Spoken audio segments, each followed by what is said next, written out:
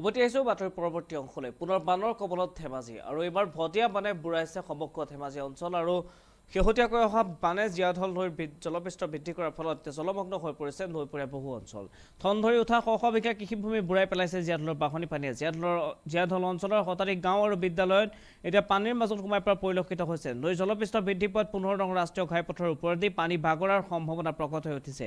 আনহাতে কোবালখোটে খুন্দা মাৰিছে ৰাষ্ট্ৰীয় ঘাইপথটোৰ ওপৰত থকা পকী দলঙত আৰু যিকোনো মুহূৰ্ততে খহাই নিব পাৰে দলংখনৰ একাংশ, যাৰ বাবে এতিয়া শংকিত হৈ পৰিছে সমগ্ৰ নৈপৰীয়াবাসী ৰাইজ।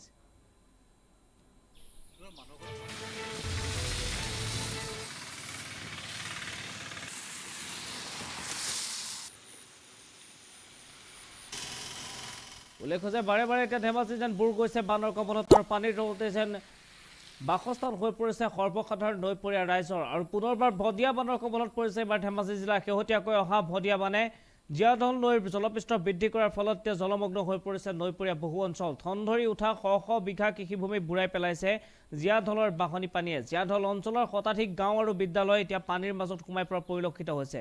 নৈৰ জলপৃষ্ঠ বৃদ্ধি পোৱাত 15 নং ৰাষ্ট্ৰীয় ঘাইপথৰ ওপৰেদি পানী বাগৰাৰ সম্ভাৱনা প্ৰকট হৈ উঠিছে। আৰু আনহাতে আমাৰ হাতত আহি পৰা শেহতীয়া তথ্য অনুসৰি পানীৰ কোবালখোটে খুন্দা মাৰিছে ৰাষ্ট্ৰীয় ঘাইপথটোৰ ওপৰত থকা পকী দলংখনত আৰু যিকোনো মুহূৰ্ততেই সেই দলংখনৰ একাংশ খহাই নিয়াৰ সম্ভাৱনা এতিয়া প্ৰকট হৈ উঠিছে, যাৰ ফলত এতিয়া শংকিত হৈ পৰিছে সমগ্ৰ অঞ্চলবাসী।